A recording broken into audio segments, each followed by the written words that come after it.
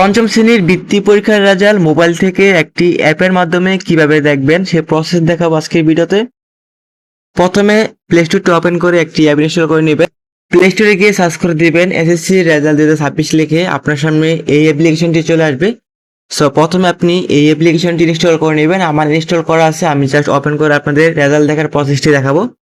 এখান থেকে just open অপশনে ক্লিক করে দিব। ওপেন অপশনে ক্লিক করার পর আপনার সামনে এরকম একটি পেজ আসবে। এরকম পেজ থেকে আপনি দেখতে পারবেন, নিচে দেখতে পারবেন প্রাথমিক বৃত্তির ফলাফল আছে এবং এখান থেকে বৃত্তির ফলাফল আছে, একক ফলাফল আছে এবং বৃত্তির ফলাফল পিডিএফ আছে। যদি আপনি রোল নম্বর অনুযায়ী একক ফলাফল দেখতে চান সেক্ষেত্রে বৃত্তির ফলাফল অপশনে ক্লিক করে দিবেন, আর যদি পিডিএফ দেখতে চান তাহলে পিডিএফ অপশনে ক্লিক করে দিবেন। সো আমরা এখান থেকে আপনাদের জাস্ট রোল নাম্বার অনুযায়ী একক ফলাফল দেখাবো, তার জন্য আপনি এই অপশনে ক্লিক করে দিবেন। তো ক্লিক করে দেওয়ার সাথে সাথে আপনার সামনে এরকম একটি পেজ আসবে। এরকম পেজ থেকে আপনি দেখতে পারবেন চেক রেজাল্ট অনলাইন, মানে এখান থেকে শুধুমাত্র আপনি রোল নাম্বার দিয়ে রেজাল্টটি দেখতে পারবেন। জাস্ট যখন রেজাল্টটি প্রকাশ করা হবে আপনি জাস্ট এখান থেকে রোল নাম্বারটি দিয়ে দিবেন।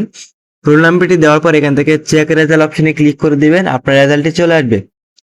তো এইভাবে কিন্তু আপনারা খুব সহজেই এই অ্যাপের মাধ্যমে পঞ্চম শ্রেণীর বৃত্তি পরীক্ষার রেজাল্ট দেখতে পারবেন। তো এই ছিল আজকের ভিডিওটি ভালো লাগলে অবশ্যই এই ভিডিও থেকে লাইক দিবেন। পরবর্তী এরকম ভিডিও পেতে আমাদের চ্যানেলটি সাবস্ক্রাইব করে রাখবেন। আর এই ভিডিওটি শুধুমাত্র শিক্ষামূলক ও তথ্যভিত্তিক উদ্দেশ্যে তৈরি করা হয়েছে। ধন্যবাদ।